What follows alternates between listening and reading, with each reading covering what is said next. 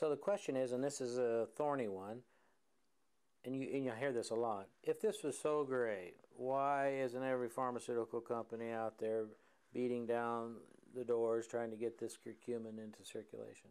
Well, actually, they are. In fact, there was a rather high-profile case not too long ago where it was discovered that a large pharmaceutical company that shall remain nameless tried, in fact, to patent curcumin, or a concoction thereof that included curcumin as the main active ingredient.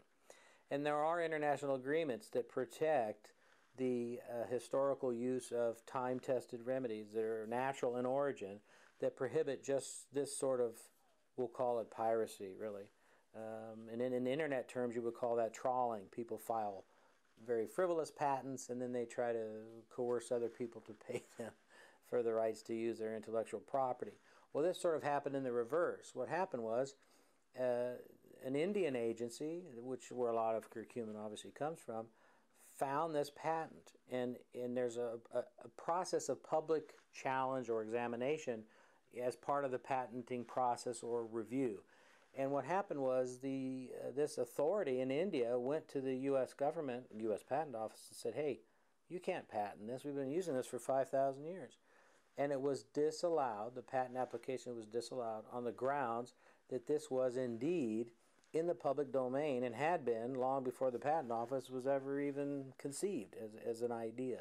So the question is, if you can't patent the drug, then you can't justify the expense of all the clinical testing that goes into the development of a drug. So now we're talking about billions. Why would you spend more than $1 billion? Now the true cost of developing a new drug it's ridiculous. I mean, it's actually more than $1 billion.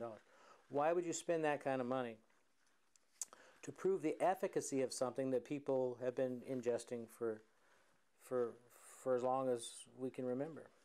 I mean, it sounds cynical, but in fairness to the companies, medicine is a business requiring huge investment which needs to somehow be recuperated. And you don't recuperate large investments by selling something that people can readily obtain without the trappings of FDA approval, clinical trials. And by the way, curcumin is safe.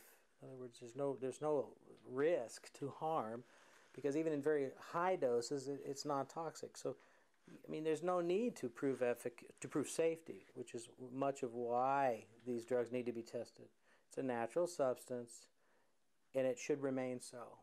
So that's the short answer. I mean, I'm sure there are many other theories about why natural compounds are not more used, but the short answer is